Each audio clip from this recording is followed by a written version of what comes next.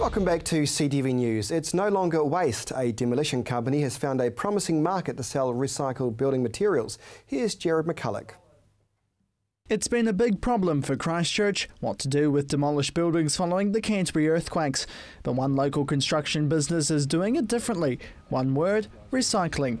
Since 2011, One Geotechnical have worked on many properties around the city, a new extension to the company shortly after the quakes, to recycle the materials from damaged homes, not adding to the rubble waste. And the Deconstruction manager says many of the houses around the city can be reused. I think everything should be recycled, to be quite honest. We've all got recycling bins, so there's lots of wood that people can use, and especially the remu that's being dumped. I think it's not flash actually. Mountains of earthquake demolition rubble has been dumped in Burwood on a site expected to take up to around 500,000 tonnes of waste. However, that number has exceeded to 650,000 and is likely to see more. Around 200 to 300 homes have been deconstructed, with insurance companies IAG and Tower working alongside the company. This video shows the process of how the workers take a property apart piece by piece. However, it's a timely process. A demo team could just take days to demolish a home. For these guys, a standard home could take up to 10 days, with 2 teams, 5 on each. There's a speed factor.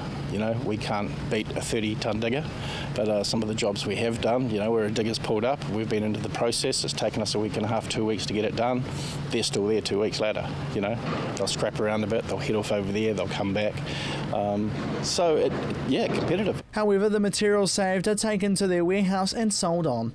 We bring these houses down and bring them down by hand mostly, and retrieve everything we can, salvage it, and it gets brought back to this depot and we photograph it, measure it and sell it on Trade Me. Most of the buyers are from outside the region, being sold on to different parts of the country.